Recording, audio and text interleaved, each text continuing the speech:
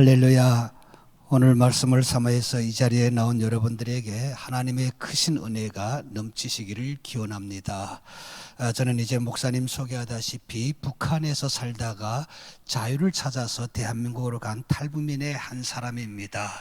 저는 오늘 이 자리에 나오면서 잠시 이런 생각을 해봤습니다. 제가 만일 이렇게 좋은 대한민국에 와서도 예수 믿는 사람이 아니었다면은 지금의 내 모습이 어떤 모습이었을까, 이런 생각을 늘 해봅니다. 여러분, 지금 우리 대한민국에는 저같이 자유를 찾아서 대한민국에 와 있는 사람들이, 탈북민들이 3만 4천 명이 되었습니다. 제가 보니까 이 3만 4천 명의 사람들 다 예수 믿으면 얼마나 좋겠습니까? 그런데 아직도 예수 믿지 않는 사람들이 많이 있습니다. 그런데 제가 목회를 하면서 우리 탈북민들이 이렇게 살펴보니까 예수 믿는 사람과 믿지 않는 사람의 차이는 엄청납니다. 여러분, 어떤 차이인가 하면요, 잘 살고 못 살고 이런 차이가 아닙니다. 예수 잘 믿는 사람들은 자기를 이 땅으로 보내준 하나님, 그리고 죽음의 고비고비 때마다 지켜주신 하나님에 대한 감사를 안다는 것입니다. 그러나 아직 신앙이 없는 많은 탈북민들은 내가 어떻게 왔는데 왜 나를 도와주는 사람이 없느냐, 왜 한국 정부에서 나를 도와주지 않는가 하면서 불평합니다. 여러분, 이게 신앙이 있는 사람과 없는 사람의 차이입니다. 우리가 이 땅에서 살면서 하나님이 우리와 함께 하신다는 이 마음만 있게 되면은 우리는 어떤 절망 속에서도 여러분 하나님의 은혜를 기억하면서 그 슬픔과 아픔을 이겨나갈 수 있다고 하는 사실입니다.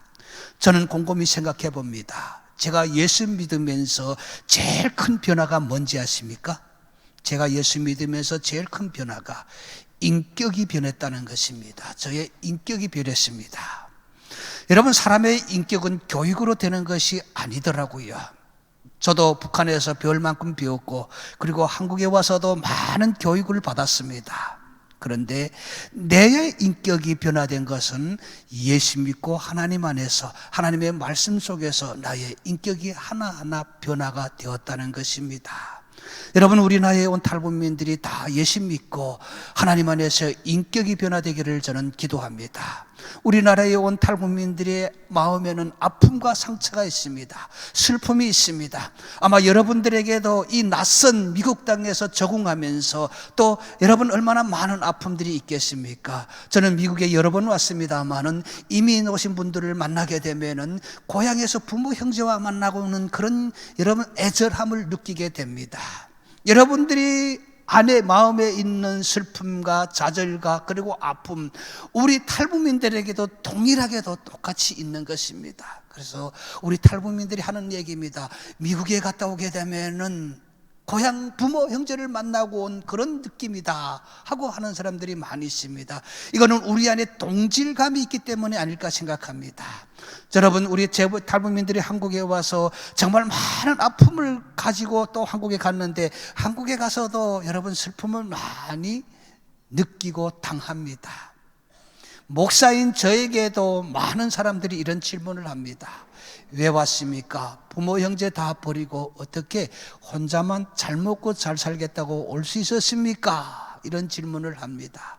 우리는 목숨 걸고 갔는데, 생명을 담보로 우리는 대한민국에 갔는데 우리에게 부모 형제를 버리고 온 사람들로 우리를 이렇게 평가할 때 우리 마음은 어떻겠습니까? 찢어지는 것 같습니다.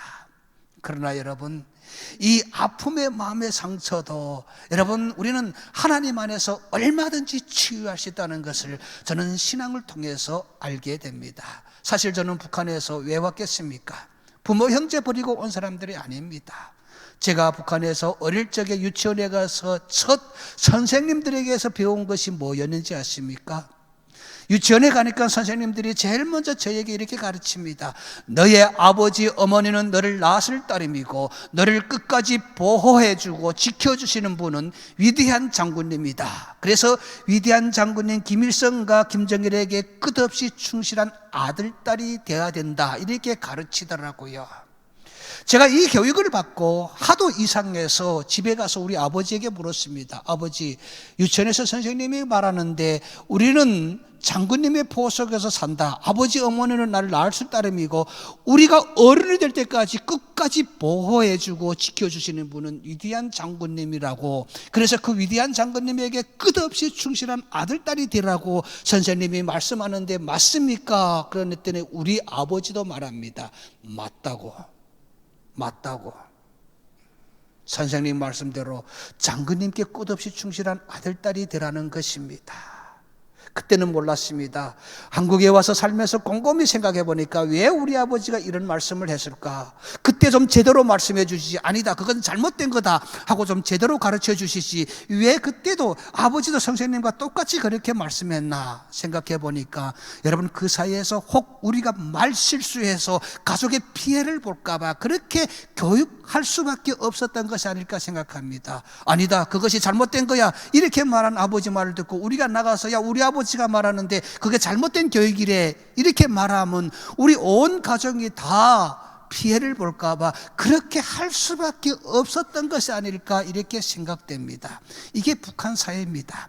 이게 북한에서 우리가 살아오면서 우리가 교육받았던 바로 교육의 현실입니다. 여러분, 우리는 이런 환경 속에서 살고 왔습니다. 그러면서도 우리는 김일성을 미워하지 않았습니다. 아버지 장군님께서 우리에게 이 밥에 고깃국을 먹여줄 것이라고 희망을 가지고 살았는데 그 김일성이 우리에게 아직도 이 밥에 고깃국을 먹여주지 못하고 있습니다. 얼마나 많이 비참하게 살고 있습니까? 그 비참한 현실에서 비참하게만 살고 있는 것이 현실이 아닙니다. 저들의 사상 때문에, 그 사상화되어 가지고 그 사상의 세뇌 때문에 아직도 저 땅이 비참하게 살고 있다는 것입니다. 제가 어릴 적에 경험했던 이야기를 하나 들려드리겠습니다. 고등중학교 때였습니다. 공부 마치고 집으로 돌아오는데 우리 동네 한 가정집에 불이 났습니다. 공교롭게도 그 불난 집안에는 5살 난 아들이 나오지 못하고 살려달라고 막 애원하고 있었습니다. 동네 사람들이 많이 나와서 그걸 보면서도 누가 들어가서 그 애를 건져내는 사람이 없습니다. 왜? 위험하니까. 들어가면 죽을까봐 누구도 함부로 그 안에 들어가지 못합니다. 야, 쟤를 어쩌나, 쟤를 살려야 되는데 이렇게 걱정하면서 발을 동동 구르면서도 누가 들어가서 그 애를 건져내는 사람이 없습니다. 위험하니까 자기도 죽을까봐 감히 못 들어가는 겁니다. 그런데 그 집주인 아버지가 달려왔을 때 집이 무너지기 직전이었는데 아버지는 몸을 던지더라고요. 그 안으로 뛰어 들어가더라고요. 저는 어린 마음에 그걸 보면서 아버지가 들어갔으니까 이제는 저 아들이 살았구나 하고 앉아있으며 있었습니다. 그런데 여러분, 그 불길 속에 뛰어들어간 아버지가 가지고 나오는 게 뭔지 아십니까? 살려달라는 자기 아들이 아닙니다. 집안에 걸려있는 김일성, 김정일 사진입니다. 그 사진을 먼저 이 옷 속에 감춰가지고 그게 먼저 신주단지한테 아직 신주단지지요. 자기에게는 신주단지지요. 그걸 가지고 먼저 나오다 보니까 집은 무너지고 그 아이는 불타 죽었습니다. 아버지가 불길 속에 뛰어들어가 건져 나온 것은 김일성, 김정일 사진입니다. 아들이 아닙니다. 자, 여러분, 만일 이 미국에서, 만일 저 대한민국에서 이런 일이 일어났다면 사람들이 어떻게 반응을 했을까요? 아마 여러분, 우리가 살고 있는 지금 이 세상에서 그런 일이 벌어졌다고 하면은 아마 우리는 그 사람, 그 아버지에게 비난을 쏟아졌을 겁니다. 아버지가 어떻게 저럴 수 있나? 저것도 아버지인가 하고 우리는 비난했을 것입니다. 그런데 북한에서 그 아버지도 비난받았을까요? 아닙니다. 그 아버지는 여웅이 되었습니다. 여웅. 그 다음날 북한의 노동신문 TV에서는 대대적으로 선전합니다. 내용이 뭔지 아십니까? 불 붙는 집안에서 살려달라는 아들보다 김일성, 김정일에게 충성하여 그 충성심을 발휘하여 집안에 걸려있는 김일성, 김정일의 사진을 가지고 나온 그 아버지에게 북한의 최고 칭호인 공화국 여웅 칭호를 수여한다는 겁니다. 여러분, 이게 바로 북한입니다. 이게 바로 사상입니다. 여러분, 우리가 북한의 현실을 너무 모르는데 우리는 이 북한의 현실부터 먼저 알아야 됩니다. 저 땅이 왜 저렇게 가난한 땅이 되었을까요? 저 땅이 왜 저렇게 비참한 땅이 되었을까요?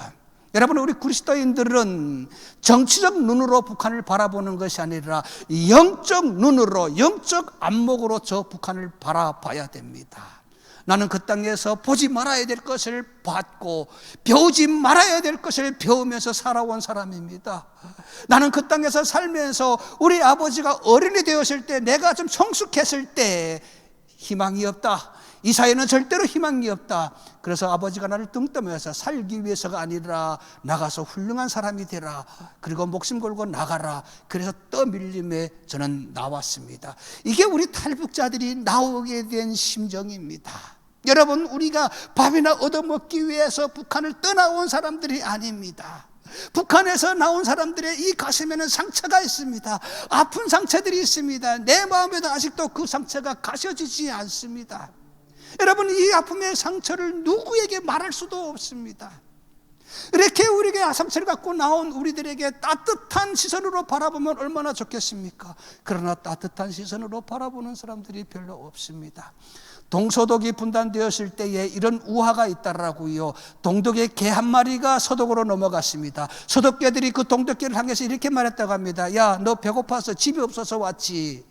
이렇게 놀림을 줬습니다. 그때 동독개가 이렇게 말했답니다. 나는 동독에 있으면서 배고픈 것, 집 없는 거는 참을 수 있었어, 견딜 수 있었어. 그런데 마음껏 짖을 수 없는 것, 이거는 도저히 내가 참을 수가 없어서 그래서 마음껏 짖어보려고 너희들이 이 서독으로 온 거야. 이런 우화가 있더라고요. 여러분, 이게 바로 우리 탈북민들의 심정입니다.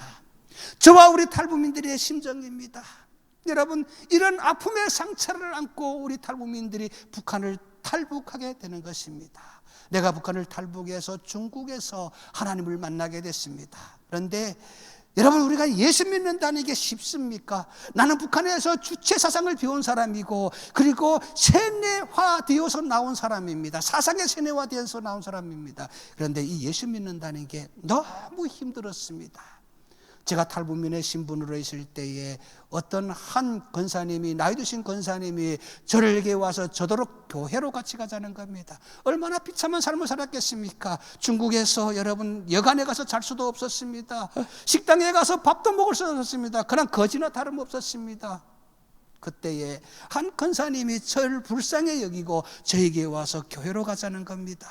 내가 하도 불쌍해 보였는지 교회로 가게 되면 밥도 먹여주고 잠도 재워준다 해서 기가 솔깃해서 따라간 것이 심항에 있는 서탑교회라는 곳에 갔습니다. 교회라는 곳에 처음 가봤습니다.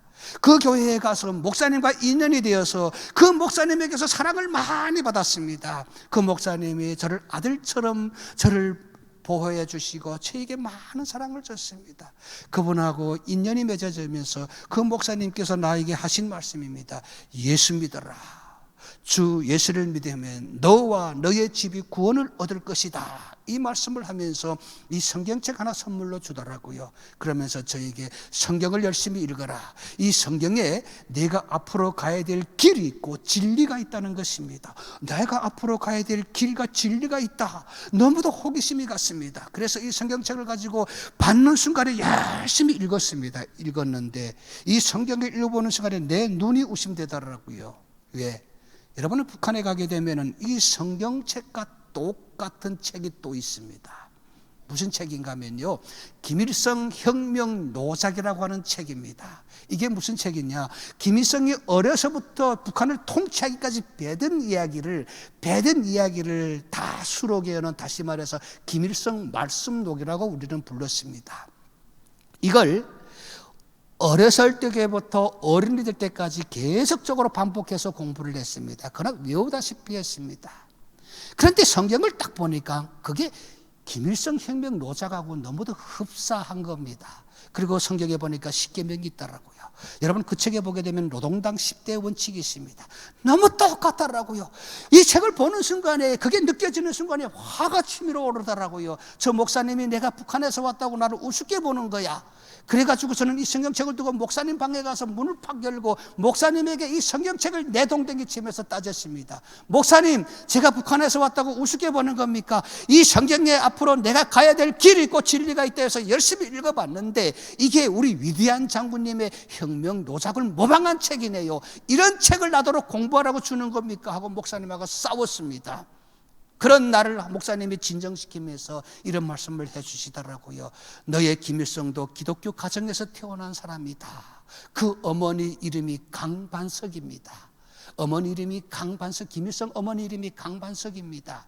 이 반석이라고 하는 이름은 세상 사람들 쓰는 이름이 아니라는 것입니다. 그 어머니도 교회 권사였고 어릴 적에 김일성도 어머니 손에 이끌려서 교회에 가서 어머니가 기도하는 모습을 보면서 성장했다 그러더라고요. 그러면서 하시는 말씀이 김일성이 이 기독교의 모든 시스템을 북한 정치에 이용을 했다는 겁니다. 우리가 속았다는 겁니다. 우리가 북한에서 속아 살았다는 것입니다. 이렇게 이야기하는데 그게 마음에 느껴지지 아니더라고요. 무슨 소리 하는 겁니까? 우리 장군님의 혁명 역사를 왜곡하는 겁니까? 그리고 목사님하고 싸웠습니다. 그러니까 여러분, 내 마음에요, 그 성경책을 보면서 감동이 오는 것이 아니라 오히려 더 내가 정말 정신 차려야 되겠다, 이러지 않다가는 내가 이 사람들한테 한 번 또 속겠다, 이런 생각이 들더라고요. 마음을 꽉 닫았습니다. 여러분, 마음을 닫으니까 뭐든지 내 마음에 느껴지지 않더라고요. 여러분, 이 성경은 믿는 사람들에게 진리의 말씀이지만 믿지 않는 사람이 성경을 보는 게 얼마나 곤혹스러운지 아십니까? 제가 믿음이 없으니까 이 성경을 보는데 너무 곤혹스러웠습니다. 그리고 주일날이면은 밥은 얻어 먹어야 되니까 예배는 참석해야 되지 않습니까? 예배에 참석해서 도대체 어떻게 예배 드리는가 이렇게 보니까요, 여러분, 목사님 예배 끝나고 성도님들을 기도시키더라고요. 여러분, 조국 땅에서 우리 형제들이 굶어 죽고 있습니다. 저들을 위해서 기도합시다 하고 기도시키는데 진짜 어떤 사람들은 눈물을 흘리면서 기도하더라고요. 그런데 그 눈물을 보면서 저에게는 감동이 없었습니다. 무슨 생각이 드는지 아십니까?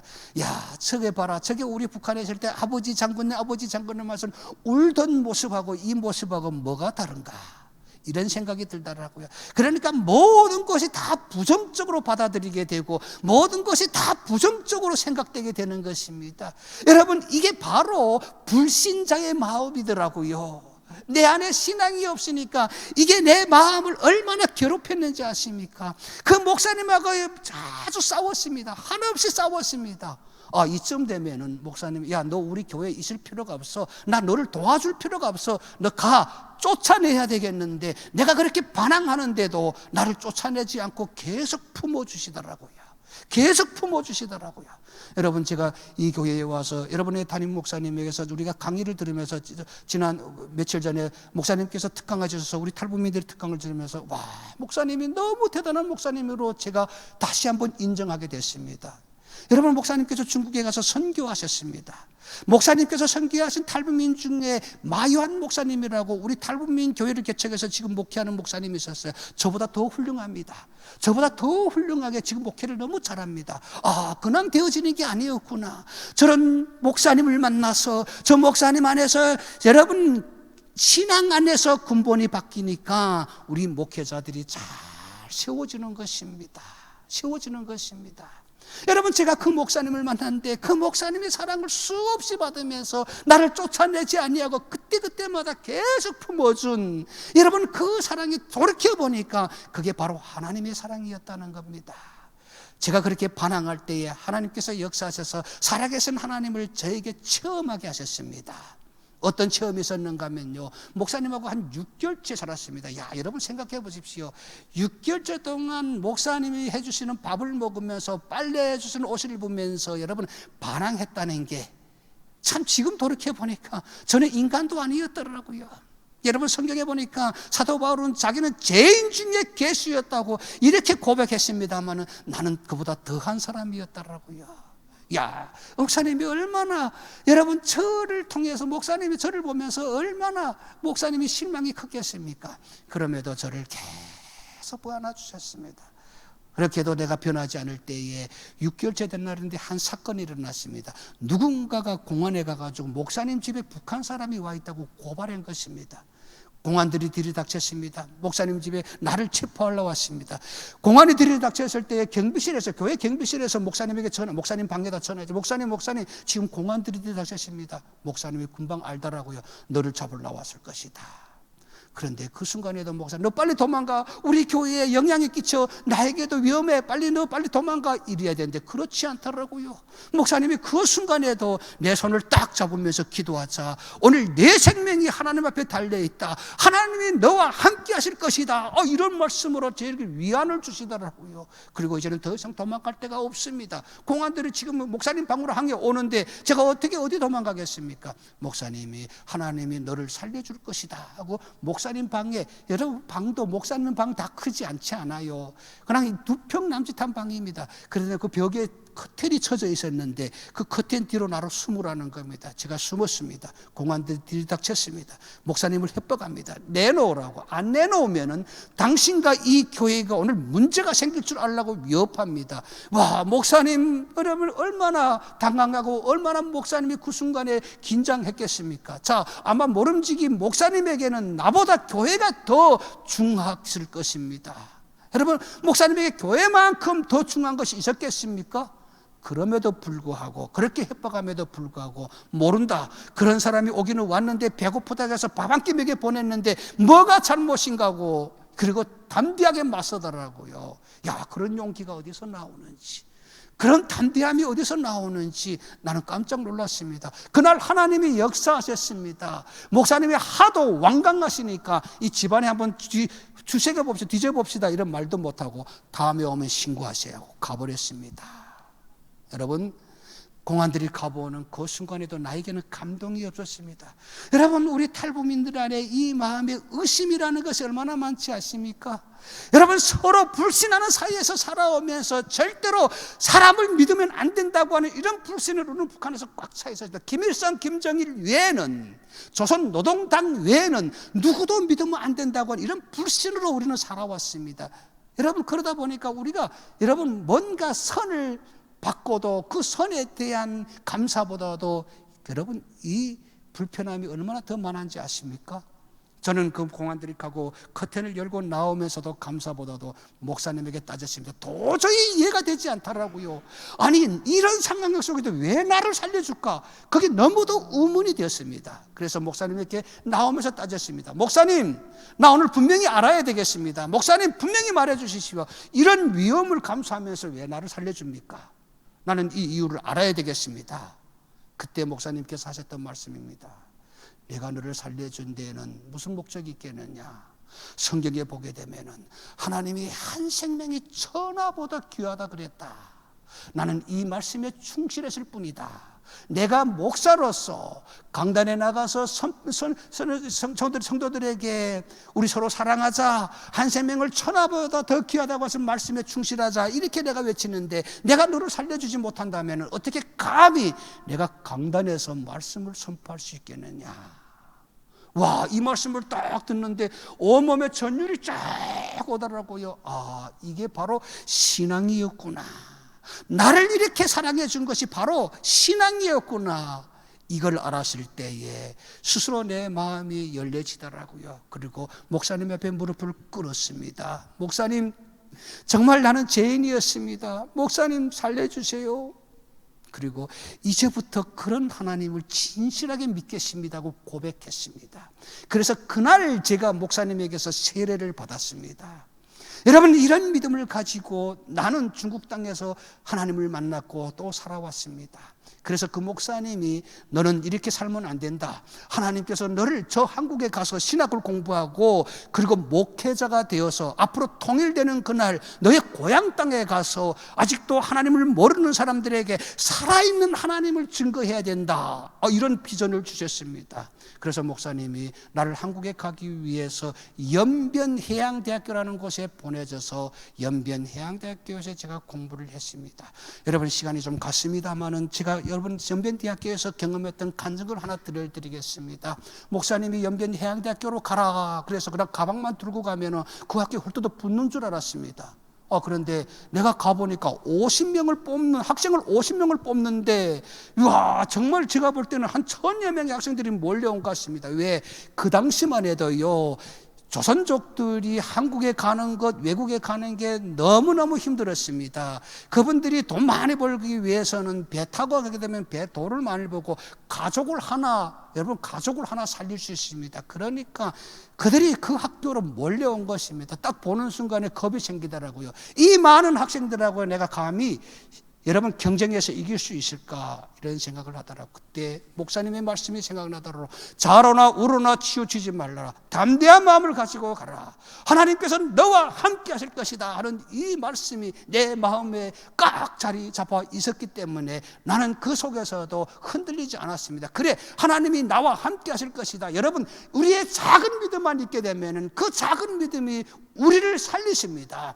우리가 이 믿음에 강건하지 못하기 때문에 우리가 늘 쓰러지게 되는 것입니다. 나는 담대한 마음을 가지고 그래, 하나님이 나와 함께 하시는데 뭐가 두려우냐? 담대하게 들어갔습니다. 이런 대강단이었습니다. 이 100명씩 조를 짜가지고 이 강단에 한번 나와서 시험을 보는데 제가 한 7번째인가 들려서 7번째가 시험장에 들어갔습니다. 신분이 항상 그러니까 앞에 앉지 못하고 제일 뒤에 가서 앉게 되지요. 선생님들이 한 30명이 와서 시험 감독으로 들어왔습니다. 시험지를 쫙 나눠줍니다. 시험지를 딱 내 앞에 옵니다. 와서 딱 보는데 여러분 눈앞이 캄캄해집니다. 눈앞이 캄캄해집니다. 왜? 모두 한글이더라고요. 모두 중국글이더라고요. 제가 북한에서 왔는데 제가 중국 말도 제대로 모르는데 어떻게 이 시험에 내가 합격될 수 있겠습니까? 정말 절망이었습니다. 야, 내가 괜히 여기에 들어왔는 게 아니야. 이건 어떻게 보는데, 이 시험을 어떻게 보는데. 여러분, 이게 얼마나 절망이었겠습니까? 그런데 그때 내 머리를 때립니다. 목사님께서 하나님은 살아계시는 분이다.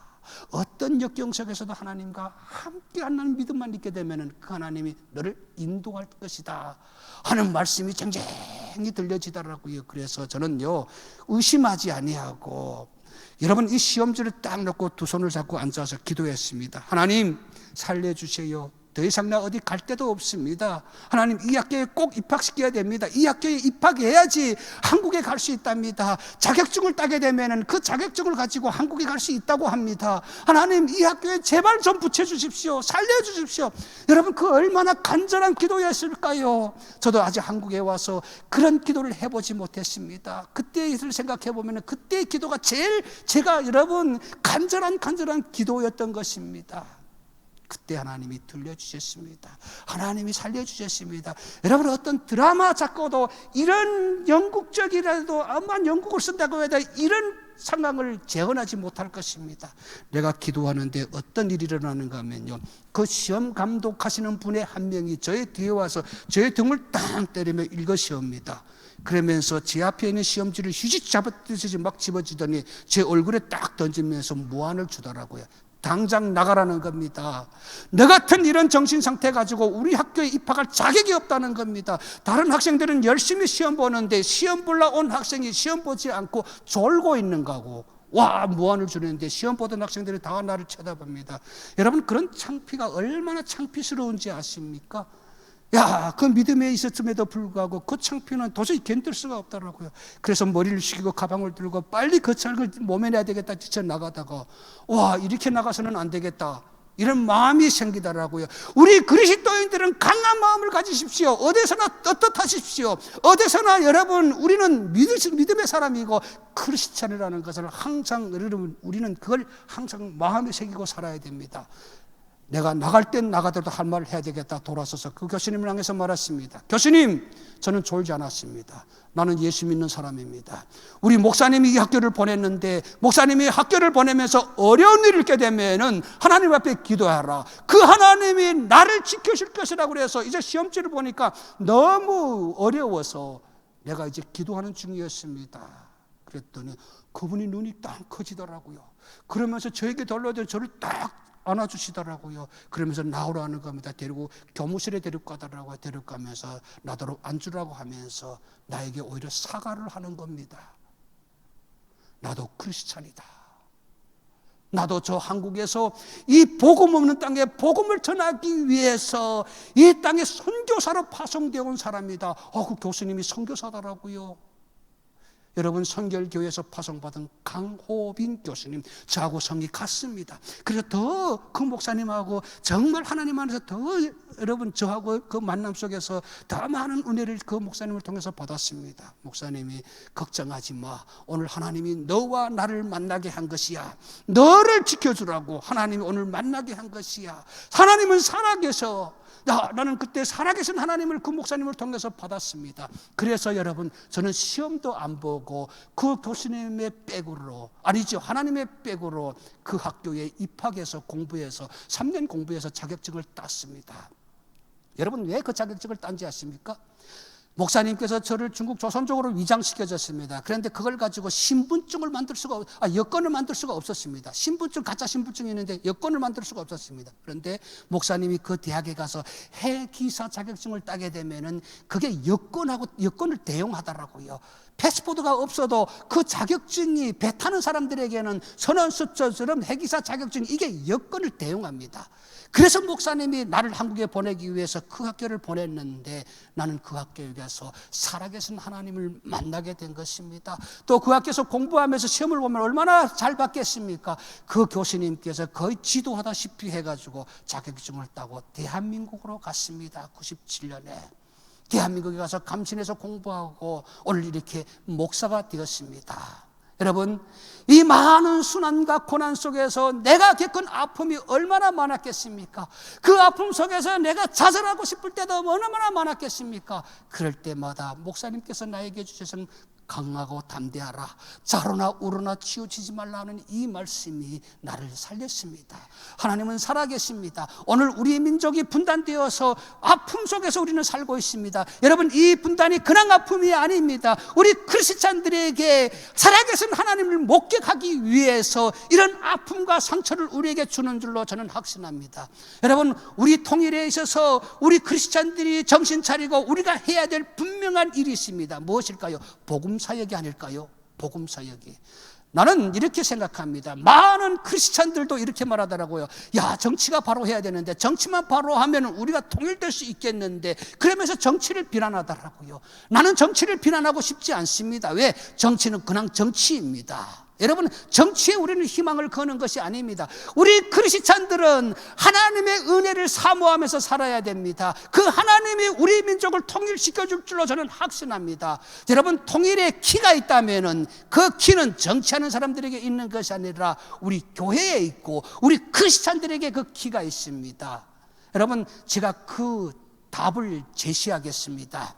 우리 교회에 나오는 탈북민들이 진짜 예수 믿고 구원받은 자로서의 신앙생활하는 사람들이 저에게 와서 하는 말입니다. 목사님, 예수 믿고 보니까 내가 북한에서 왜 고난당했는지, 우리 부모 형제들이 왜 지금도 북한에서 고난당했는지 그 이유를 알겠습니다 그러더라고요. 그래서 제가 그 이유가 무엇입니까 하고 물었더니 우리 탈북민들이 말합니다. 목사님 모르면 누가 압니까? 저를 한 수 가르칩니다. 목사님, 십계명의 첫째에 하나님 외에는 다른 신을 섬기지 말라 그랬는데 우리가 하나님을 섬기지 아니하고 살아있는 인간을 신으로 섬겼기 때문에 우리가 저주받은 거 아니겠습니까? 이야, 마음이 막 울려납니다. 여러분, 우리 민족의 슬픔, 북한의 슬픔이 바로 이겁니다. 이것 때문입니다. 동방의 예루살렘의 평양을 우리가 회복시켜야 되는데 우리는 그 회복보다도 그냥 그들이, 여러분, 우리가 사랑의 대상으로만 생각하고 그들에게 복음보다도 그냥 뭔가 물질을 하나 도와주는 걸 우리가 도와주는 것으로 착각하기 때문에 하나님 아직도 통일 주지 않는 것입니다. 복음이 들어가야 됩니다. 복음이 들어가면 북한에서 선한 반항이 일어납니다. 선한 반항.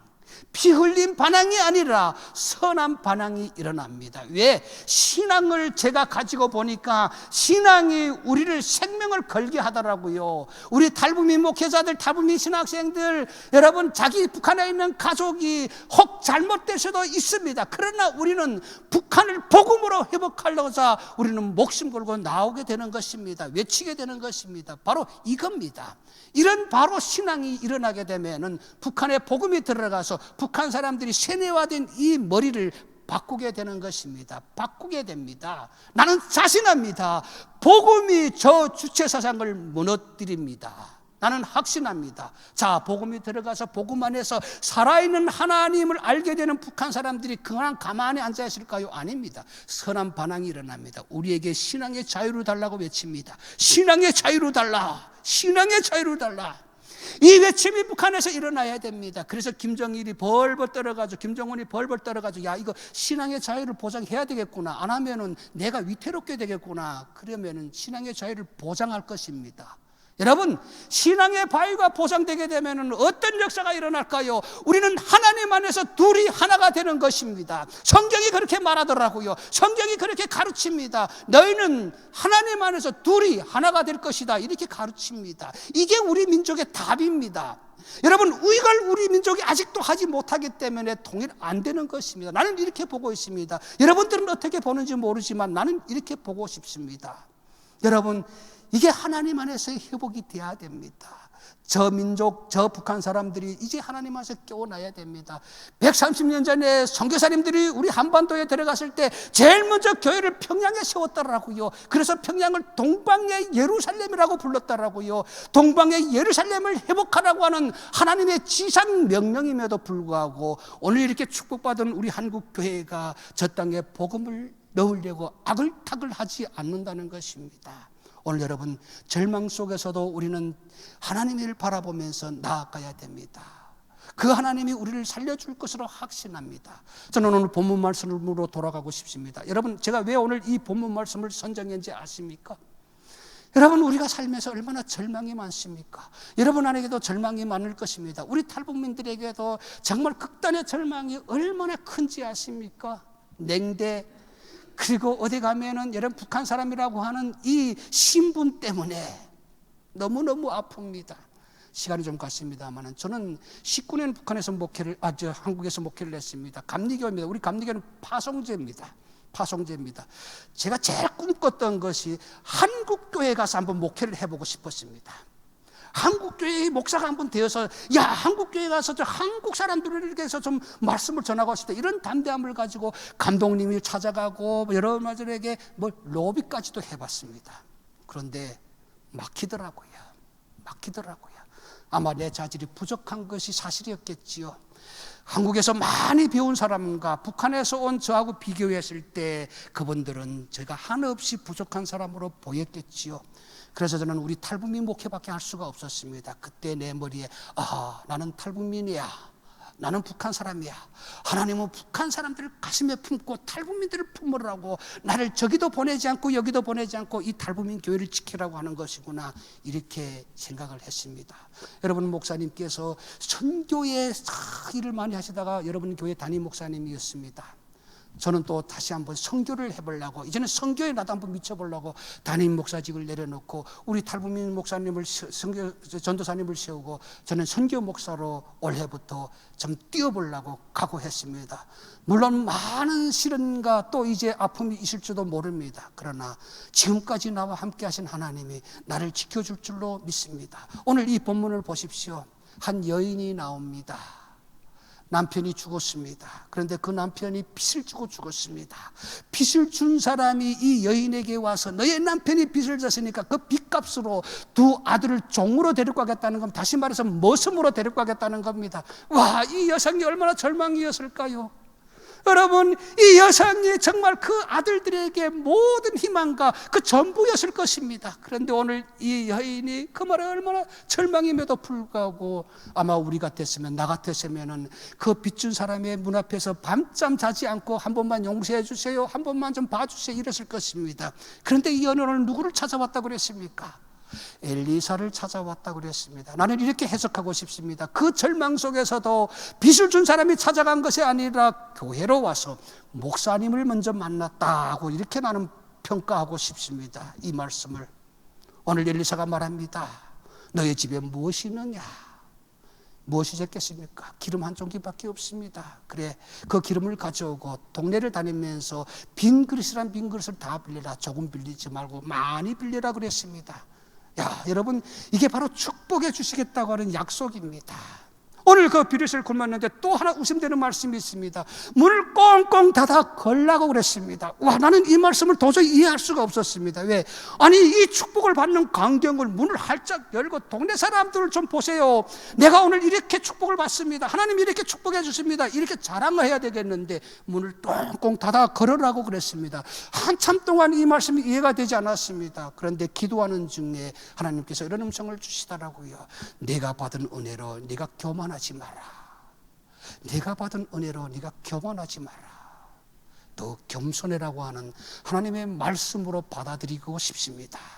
여러분, 우리 믿음의 사람들이 정말 하나님의 은혜 많이 받으면 받을수록 더 겸손해야 됩니다. 나는 이 말씀에서 나의 겸손을 다시 한번 돌아보게 되었습니다.